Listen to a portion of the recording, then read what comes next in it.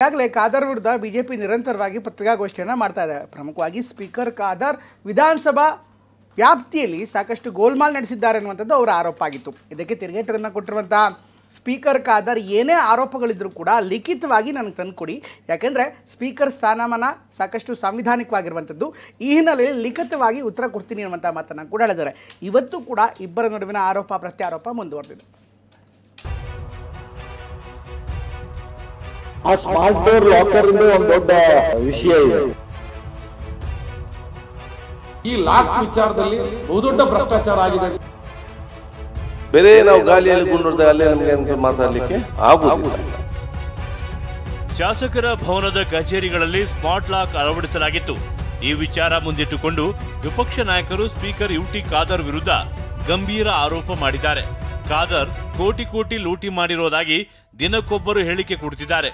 ಮೊನ್ನೆಯಷ್ಟೇ ಮಾಜಿ ಸ್ಪೀಕರ್ ವಿಶ್ವೇಶ್ವರ ಹೆಗಡೆ ಕಾಗೇರಿ ಮೂಲಕ ಶುರುವಾದ ಈ ಆರೋಪ ಸದ್ಯ ಗಂಭೀರ ಸ್ವರೂಪ ಪಡೆದುಕೊಂಡಿದೆ.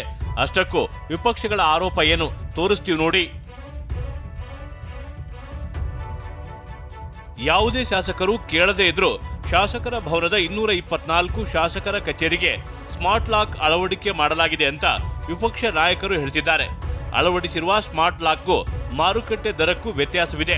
ಮಾರುಕಟ್ಟೆಯಲ್ಲಿರುವ ಹೈ ಕ್ವಾಲಿಟಿ ಸ್ಮಾರ್ಟ್ ಲಾಕ್ ಬೆಲೆ 11,744 ರೂಪಾಯಿ ಇದ್ರೆ ಸ್ಪೀಕರ್ ಕಚೇರಿ ಇದಕ್ಕೆ 49,300 ರೂಪಾಯಿ ಬಿಲ್ ಎಂದು ನಮೂದಿಸಿದೆ. ಹೀಗೆ ಒಂದು ಲಾಕ್ಗೆ 37,000 ರೂಪಾಯಿಗೂ ಹೆಚ್ಚು ದರ ವ್ಯತ್ಯಾಸ ಕಂಡು ಬರ್ತಿದೆ. ಸ್ಮಾರ್ಟ್ ಲಾಕರ್ ಮಾರ್ಕೆಟ್ ಬೆಲೆ 8,100 ರೂಪಾಯಿ ಇದ್ರೆ ಇದಕ್ಕೆ 35,000 ರೂಪಾಯಿ ಬಿಲ್ ಹಾಕಲಾಗಿದೆ ಅಂತ ಬಿಜೆಪಿ ಜೆಡಿಎಸ್ ನಾಯಕರು ಗಂಭೀರ ಆರೋಪ ಮಾಡಿದ್ದಾರೆ. ಉದ್ದೇಶಪೂರ್ವಕವಾಗಿ ಬೇಕು ಅಂತೇಳಿ ತಮ್ಮ ಜಿಲ್ಲೆಯ ಆತ್ಮೀಯರಿಗೆ ಕೊಡಿಸ್ಬೇಕು ಅಂತಕ್ಕಂಥ ಉದ್ದೇಶದಿಂದ ಎಲ್ಲ ಒಂದು ರೀತಿಯಲ್ಲಿ ಈ ಲಾಕ್ ವಿಚಾರದಲ್ಲಿ ಬಹುದೊಡ್ಡ ಭ್ರಷ್ಟಾಚಾರ ಆಗಿದೆ ಅಂತಕ್ಕಂಥದ್ದು ನಮ್ಮ ವಾದ. ಇದನ್ನು ನ್ಯಾಯಾಂಗ ತನಿಖೆಗೆ ಒಳಪಡಿಸಬೇಕು. ಯುಟಿ ಖಾದರ್ ಅವರು ತುರ್ತಾಗಿ ರಾಜೀನಾಮೆ ಕೊಡಬೇಕು ಅಂತೇಳಿ ನಾವು ಈ ಮೂಲಕ ಒತ್ತಾಯವನ್ನು ಮಾಡ್ತಾ ಇದ್ದೀವಿ. ಅಲ್ಲ, ಕೊಡ್ಲಿ ಬಿಡಿ. ದಾಖಲೆ ಇದ್ದರೆ ಅಪಾದನೆ ಮಾಡೋರು ಯಾವತ್ತೂ ಕೂಡ ದಾಖಲೆ ಸಮೇತ ಅಪಾದನೆ ಮಾಡಿದ್ರೆ ಅದಕ್ಕೆ ಒಂದು ಗೌರವ ಇರುತ್ತೆ.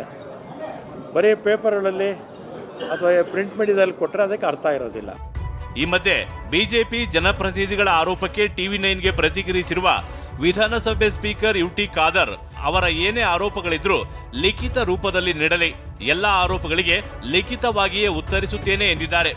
ಯಾಕೆ ರೇಟಿಂಗಲ್ಲಿ ಕೊಡಬೇಕು ಹೇಳಿರುವಂಥ ಆರೋಪಕ್ಕೆ ಯಾಕೆ ಉತ್ತರಿಸೋದಕ್ಕಾಗಲ್ಲ ಅಂತ ಅವ್ರು ಕೇಳ್ತಾ ಇದ್ದಾರೆ. ಅದಕ್ಕೆ ತಾವು ಯಾವ ರೀತಿ ಹೇಳ್ತೀವಿ? ಯಾಕೆ ಕಾರಣಕ್ಕೋಸ್ಕರ ರೇಟಿಂಗಲ್ಲಿ ಕೊಡಬೇಕು? ಸ್ಪೀಕರ್ ಸ್ಥಾನವನ್ನು ಸಂವಿಧಾನಬದ್ಧವಾದ ಸ್ಥಾನ. ಬೇರೆ ನಾವು ಗಾಳಿಯಲ್ಲಿ ಗುಂಡಿರ್ದಾಗ ಅಲ್ಲೇ ನಮಗೆ ಮಾತಾಡಲಿಕ್ಕೆ ಆಗುವುದಿಲ್ಲ. ನನಗೆ ಲಿಖಿತವಾಗಿ ಕೊಟ್ಟರೆ ನಾನು ಸಂಪೂರ್ಣವಾಗಿ ಅದನ್ನು ಸಕ್ಕರೆ ಪರಿಶೀಲಿಸಿ ಅದಕ್ಕೆ ಸೂಕ್ತವಾದ ಆ ಒಂದು ಮಾಹಿತಿಯನ್ನು ಕೊಡುವಂಥ ಕೆಲಸ ಮಾಡ್ತೇನೆ. ಆವಾಗ ಅದಕ್ಕೆಲ್ಲ ಮಾಹಿತಿ ಅವರಿಗೆ ಸಿಗ್ತದೆ.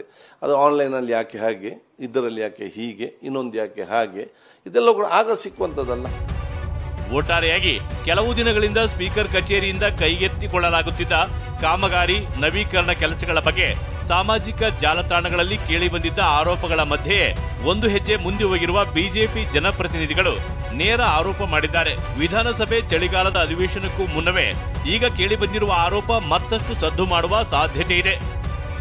ಕಿರಣ್ ಹನಿಯಡ್ಕ, ಟಿವಿ9 ಬೆಂಗಳೂರು.